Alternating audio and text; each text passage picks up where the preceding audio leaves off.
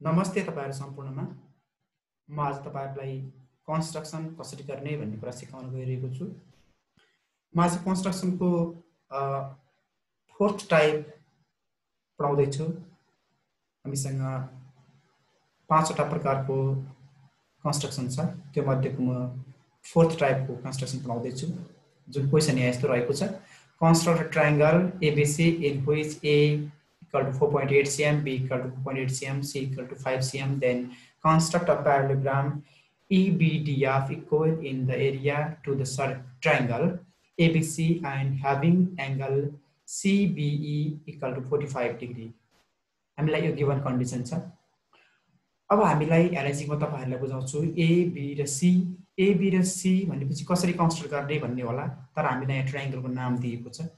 त्यसैले ट्रायंगलको नाम भएको एउटा ट्रायंगल ABC भएको एउटा ट्रायंगल म रफ गराउँछु, तपाईहरुलाई देखाउँछु यहाँ।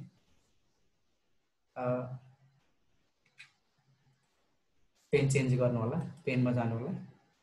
पेनमा म ब्ल्याक कलर युज गर्दै छु र एकदम थिकनेस, लाइनको थिकनेस एकदम कम गराउँदै छु। अब यहाँ चाहिँ गएर तपाईले पहिलो कुरा ABC भन्ने ट्रायंगल बनाउनु पर्यो। यहाँ चाहिँ A, B र C भन्ने ट्रायंगल बनाउनु होला। जस्तै यसको नाम A दिनुभयो भने तपाईले A, यसको नाम B, यसको नाम B दिउँ, यसको नाम हामीसँग C छ। अब A भर्टेक्सको अपोजिट साइड भनेको स्मलर A हो, B भर्टेक्सको अपोजिट साइड स्मलर B हो भने C भर्टेक्सको अपोजिट साइड स्मलर C हो। अब हामीले यसरी ट्रायंगल बनाउनु पर्ने हुन्छ, जसको लागि तपाईहरुले सबैभन्दा पहिले रुलर र कम्पास, रुलर र पेन युज गरेर तपाईले 4.8 cm को A भन्ने एउटा साइड बनाउनुस्। म बनाउँदै छु 4.8 cm, 4.5678 cm, 4.8 cm को साइड बनाएँ मैले। अब यसको नाम लेखिदिनुस्। यसको नाम अब A को अपोजिट साइड A हो। यहाँ माथि ट्रायंगलमा रफ डायग्राममा हेर्नुस्, तल बेस BC छ हामीसँग। अब यहाँ तपाईले BC लेखिदिनुस्, यसको नाम B लेख्नुस् र त्यसैगरी यसको नाम तपाईहरुले C लेखिदिनुस्, यसको नाम C लेखिदिनुस्। र हामीसँग BC भन्ने एउटा लाइन सेगमेन्ट बनेको छ। BC भन्ने लाइन सेगमेन्ट बनिसकेको छ। अब हामीले अर्को साइड बनाउनु छ। अर्को साइड हामीसँग B छ। B को लेन्थ पनि 4.8 नै छ। त्यसको लागि तपाईले यहाँ भएको कम्पासलाई युज गर्नु होला। कम्पासबाट तपाईले 4.8 cm लेन्थ मेजर गर्नुस्। म 4.8 cm लेन्थ मेजर गर्दै छु। 4.5678 4.8 लेन्थ मेजर गर्दै छु। र म यहाँ भएको यो पेनको कलर चाहिँ म कलर रेड कलर दिन चाहन्छु। म रेड कलर दिइसके। यसको लाइनको थिकनेस मैले कम गरे। र अब तपाईले लगेर C भन्नेबाट, B भनेको क्यापिटल B को अपोजिट साइड हो, C भन्ने पोइन्टबाट तपाईले एउटा आर्क कट गर्नुस्। म एउटा आर्क कट गर्दै छु। ल हेर्नुस्, एउटा आर्क कट गरे। त्यसैगरी तपाईले अब C भन्ने लाइनको लेन्थ मेजर गर्नुस्। 5 cm छ। म 5 cm को लेन्थ मेजर गर्दै छु। ल हेर्नुस्, 5 cm को लेन्थ मेजर गर्दै छु म। 5 cm लेन्थ लिनु होला। 5 cm एक्ज्याक्टली भएको छ। अब तपाईले लगेर B भन्ने पोइन्टबाट 5 cm को आर्क लगेर काट्दिनुस् माथि। ल हेर्नुस्, ल हेर्नुस्, आर्क कट भयो। अब त्यसको नाम हामीसँग A हो। त्यो भर्टेक्सको नाम A हो। तपाईले त्यसको नाम A राख्नु होला। A लेख्नुस् त्यहाँ। अब तपाईले त A लेख्न सक्नुहुन्छ। अब यहाँ गएर तपाईले टेक्स्टमा गएर यहाँ आएर लेखिदिनुस्। त्यसको नाम A लेखिदिनुस्। यसलाई तपाईले मिलाउन सक्नुहुन्छ। A भयो। अब तपाईले लाइनलाई जोइन गर्दिनुस्। लाइन जोइन गर्दिनुस्। म लाइन जोइन गर्दै छु। ल हेर्न सक्नुहुन्छ तपाईले।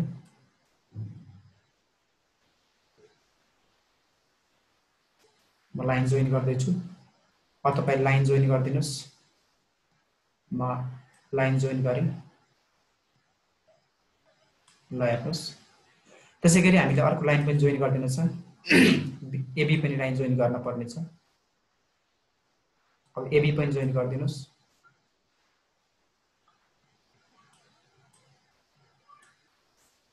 एबी पनि जोइन गरिदिनुस्।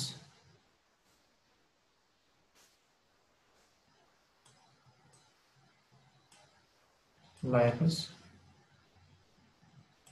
अब मैले एबी पनि जोइन गरिदिन्छु।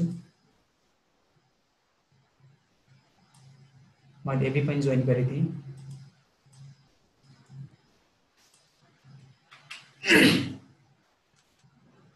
अब एबी साइड पनि जोइन भइसक्यो।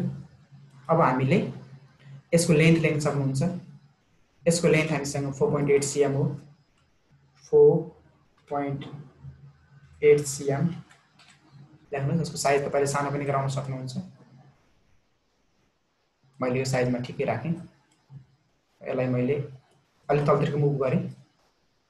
तपाईले यसलाई अलि मुभ गरेर राख्नु होला। 4.8 cm। त्यसपछि गएर यो साइडको लेन्थ पनि 4.8 cm नै हो। 4.8 cm यो पनि कन्सिडर गर्नुस् र तपाईले यसलाई मिलाइदिनुस्। यो पनि 4.8 cm भयो र यसको लेन्थ हामीसँग 5 cm हो। यसको लेन्थ 5 cm लेख्नुस्। यसको लेन्थ 5 cm लेख्नुस्। 5 cm लेख्नुस्। यसलाई पनि तपाईले अरेन्ज गरेर राख्नुस्। 5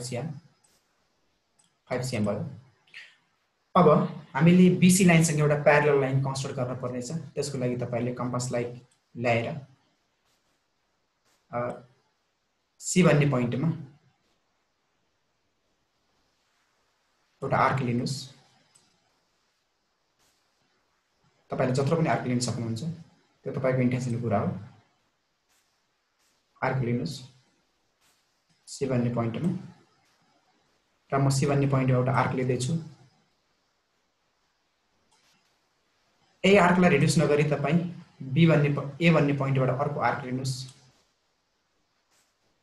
यो कम्पासको रेडियसलाई रिड्युस नगरिकन यहाँ आर्क लिनुस्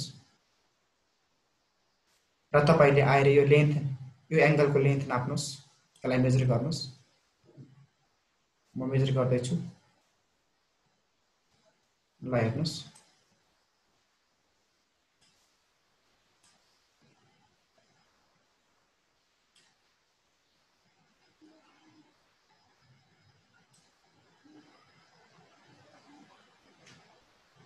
ल हेर्नुस्। अब तपाईले मेजर गर्नुभयो भने यसको लेन्थ नाप्नुभयो। अब तपाईले गएर यो पोइन्टबाट एउटा आर्क कट गरिदिनुस्।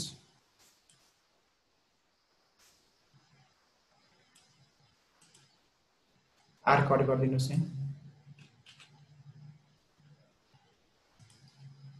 यहाँ आर्क कट गरिदिनुस्। सरी, यहाँ आर्क कट गर्न सक्नुहुन्छ तपाईले। अब एउटा आर्क कट गर्नुभयो। आर्क कट गर्नुभयो भने प्यारलल लाइन जोइन गरिदिनुस्। तपाईले कम्पास लगेर रुलर लगेर जोइन गरिदिनुस्। अब यहाँ गएर जोइन गर्नुस् यो लाइनलाई। ल हेर्नुस्, म लाइन जोइन गरिदिदैछु। सरी, म डट लाइन दिन चाहन्छु। डट लाइन युज गर्छु मैले। ब्ल्याक डट लाइन युज गर्छु। थिकनेस यति राख्छु मैले। ल हेर्नुस्, अब मैले डट लाइन जोइन गरेँ। यहाँसम्म तपाईहरुलाई क्लियर नै छ होला। अब यो भन्दा पछि हामीले प्याराग्राम बनाउनु पर्ने छ, जुन प्याराग्रामको CBE भन्ने छ। CB यहाँ हामीसँग छ।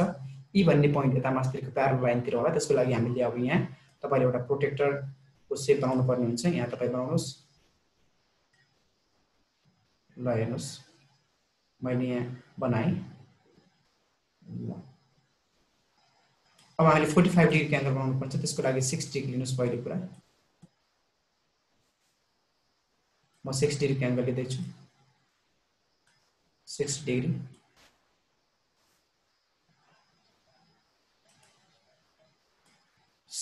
एंगल लिए मैले। अब तपाईले 120 को लिनुस् 60 बाट। 120 को लिनुस्। 120 पनि कट भयो।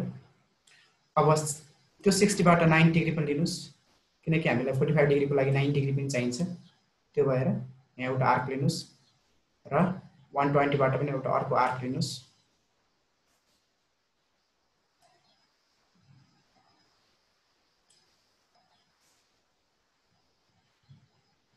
अब तपाईले एउटा आर्क लिन सक्नुहुन्छ। यहाँ आर्क लिनुभयो। अब भने यहाँ 90 डिग्रीको एंगल बनेको छ। 90 डिग्रीको एंगललाई पनि तपाईले जोड दिनुस्।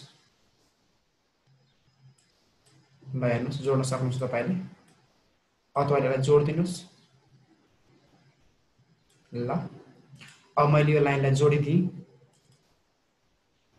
ल हेर्न सक्नुहुन्छ, लाइन अलि बोल्ड भएछ। म यसलाई घटाउँदै छु। ल यहाँ हेर्न सक्नुहुन्छ। अब मैले यो लाइनलाई जोड दिँदै छु।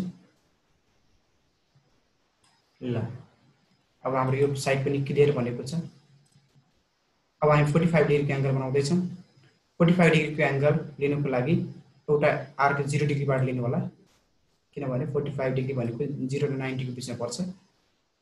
अब यहाँ 0 बाट एउटा आर्क लिनुस्।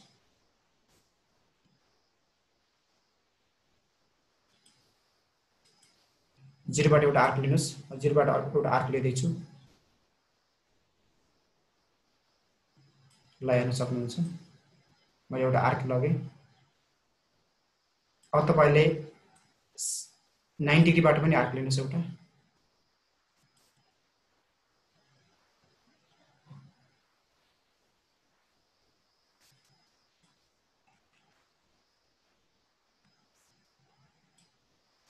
नाइन्टी डिग्री बाट एउटा आर्क लिनुस्, जसलाई कम्पासको फुटलाई 90 डिग्रीमा राख्नुस् र तपाईले एउटा आर्क कट गर्नुस्। ल हेर्नुस्, यहाँ 45 डिग्रीको एंगल बनेको छ। अब 45 डिग्री बाट एउटा लाइन कन्स्ट्रक्ट गर्नुस्। तपाईले एउटा लाइन कन्स्ट्रक्ट गर्न सक्नुहुन्छ।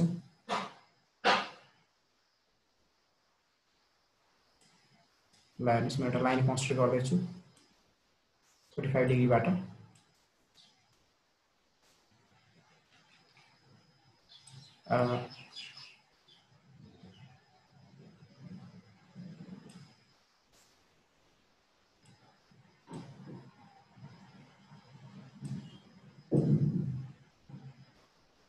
ल हेर्नुस्, अब 45 डिग्रीको 45 डिग्रीबाट एउटा लाइन बनाउँदै छु। ल हेर्न सक्नुहुन्छ तपाईहरुले। ल अब 45 डिग्रीबाट एउटा लाइन बनाउँदै छु।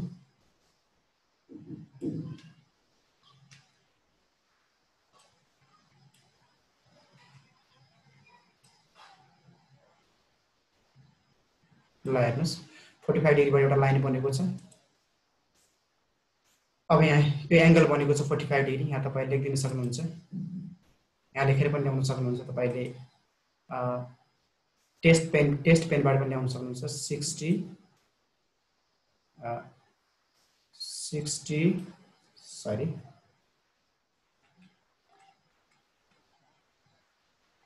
मैले यसलाई डिलिट गरिदिएँ।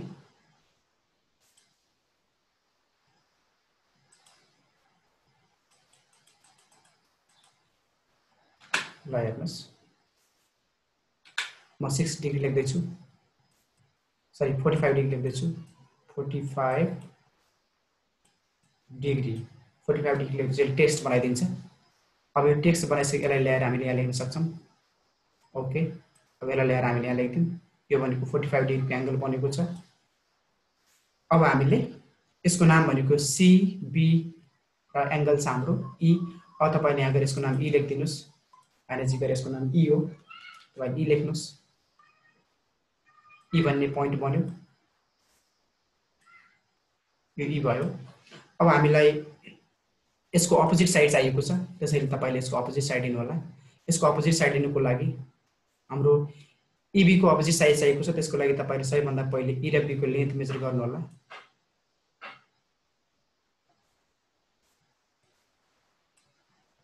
E र B को लेन्थ मेजर गर्नु होला सबैभन्दा पहिले। म तपाईहरुलाई लेन्थ मेजर गरेर देखाउँदै छु।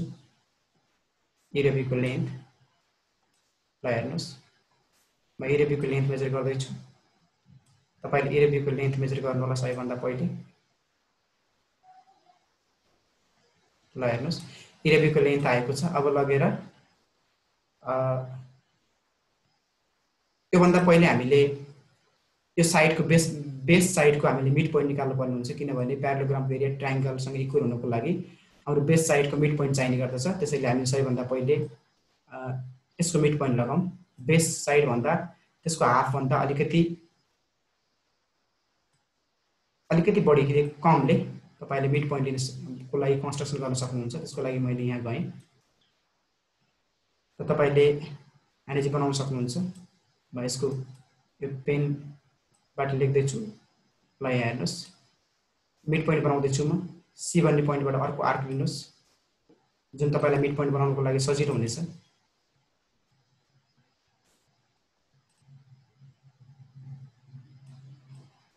ल हेर्नुस् यसको मिड पोइन्ट बनाउनु पर्नेछ। त्यसैले मैले यहाँ एउटा आर्क लगेँ र बीबाट अर्को आर्क लगेको थिएँ।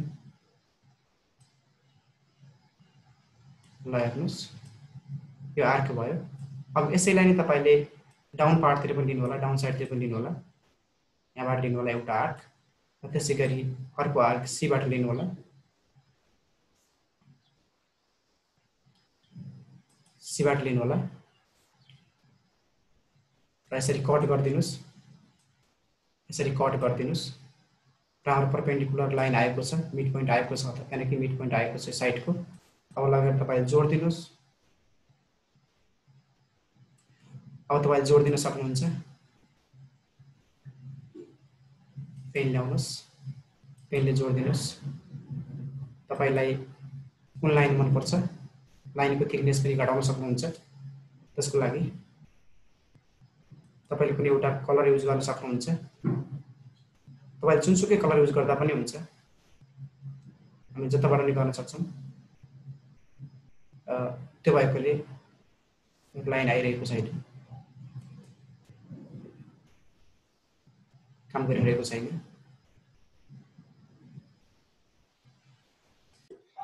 अब तपाईले यो लाइनलाई जोड्दिन सक्नुहुन्छ। मैले जोड्दै छु। तपाईले यो लाइनलाई जोड्न सक्नुहुन्छ। ल हेर्नुस् बाङ्गो भएको छ।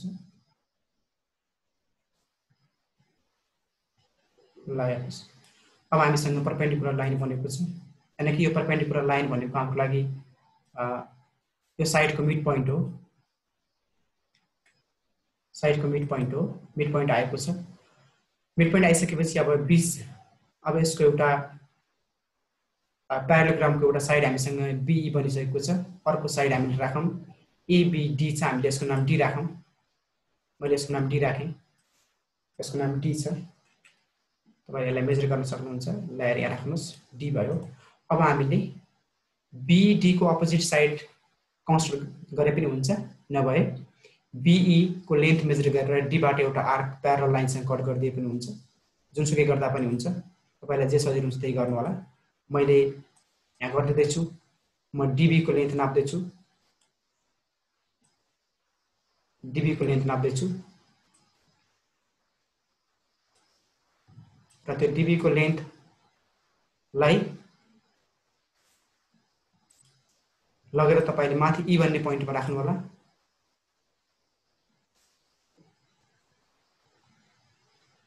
ई भन्ने पोइन्टमा कम्पास राख्नुस् र तपाईले एउटा arc cut गरिदिनुस्। Energy arc cut भएको छ। तपाईले यसलाई फ्ल्याट पनि राख्न सक्नुहुन्छ। यसको बढाउन पनि सक्नुहुन्छ। ल हेर्नुस् यहाँ कट भएको छ। यसलाई तपाईले सोलिड पनि राख्न सक्नुहुन्छ। यहाँ कट भएको छ। अब तपाईले के गर्न सक्नुहुन्छ भने डी यो भनेको एफ हो। यसको नाम एफ लेख्नुस्। यो भनेको हामीसँग एफ हो। यसको नाम एफ लेख्नुस्। त्यो पोइन्ट एफ पोइन्ट हो। अब तपाईले डीएफ लाई जोड्दिनुस्। डीएफ लाई जोड्दिनुस् तपाईहरुले। मैले डीएफ लाई जोड्दै छु। ल हेर्नुस् डीएफ लाई जोड्दिन सक्नुहुन्छ तपाईहरुले। मैले चाहिँ गरे। ल हेर्नुस् म डीएफ लाई जोड्दै छु। ल अब मैले डीएफ लाई जोड्ने प्रयास गरेको छु। लाइन बोल्ड आएको छ। म यसको थिकनेस घटाउँछु, यहाँ गएर थिकनेस घटाउन सकिन्छ। अब तपाईहरुले जोड दिन सक्नुहुन्छ BF लाई DF लाई जोइन गर्नुभयो भने अब यहाँ भएको यसको नाम F हो, अहिले ढाकिएको छ F, फेरि ल्याइदिनुस्, यसको केही फरक पर्दैन।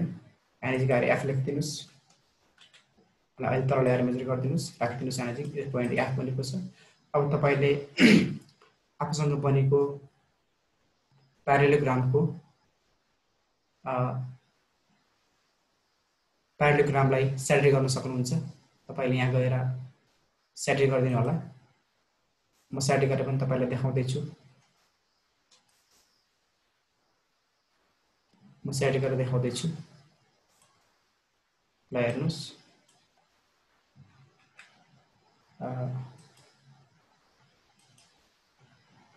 म स्याटरी गरिदिँदै छु। तपाईहरुले आफ्नो कपीमा स्याटरी गर्नु होला विद्यार्थी भाइ बहिनीहरु।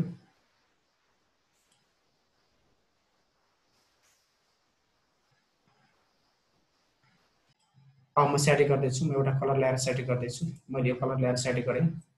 ल यहाँ हेर्नुस्,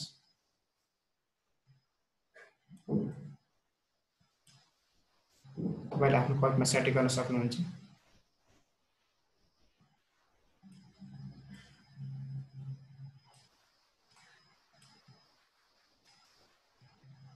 ल हेर्नुस्, मैले स्याटरी गरिसकेँ।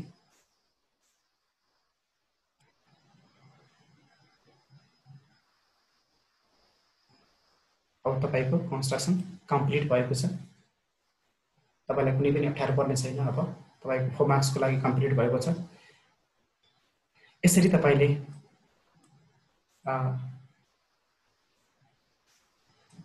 कन्स्ट्रक्सन गर्न सक्नुहुन्छ भन्ने कुरामा तपाईहरुलाई जानकारी गराउँदछु।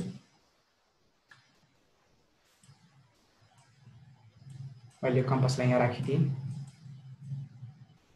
ल यसरी तपाईले कन्स्ट्रक्सन गर्नुभयो भने तपाईको 4 मार्क्स कम्प्लिट हुनेछ। र लास्टमा लेखिदिनु होला, लास्टमा therefore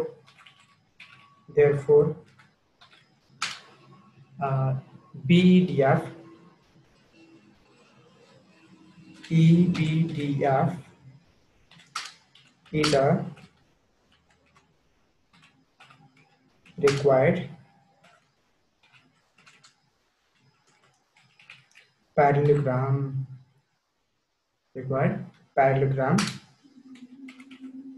whose area is equal to the given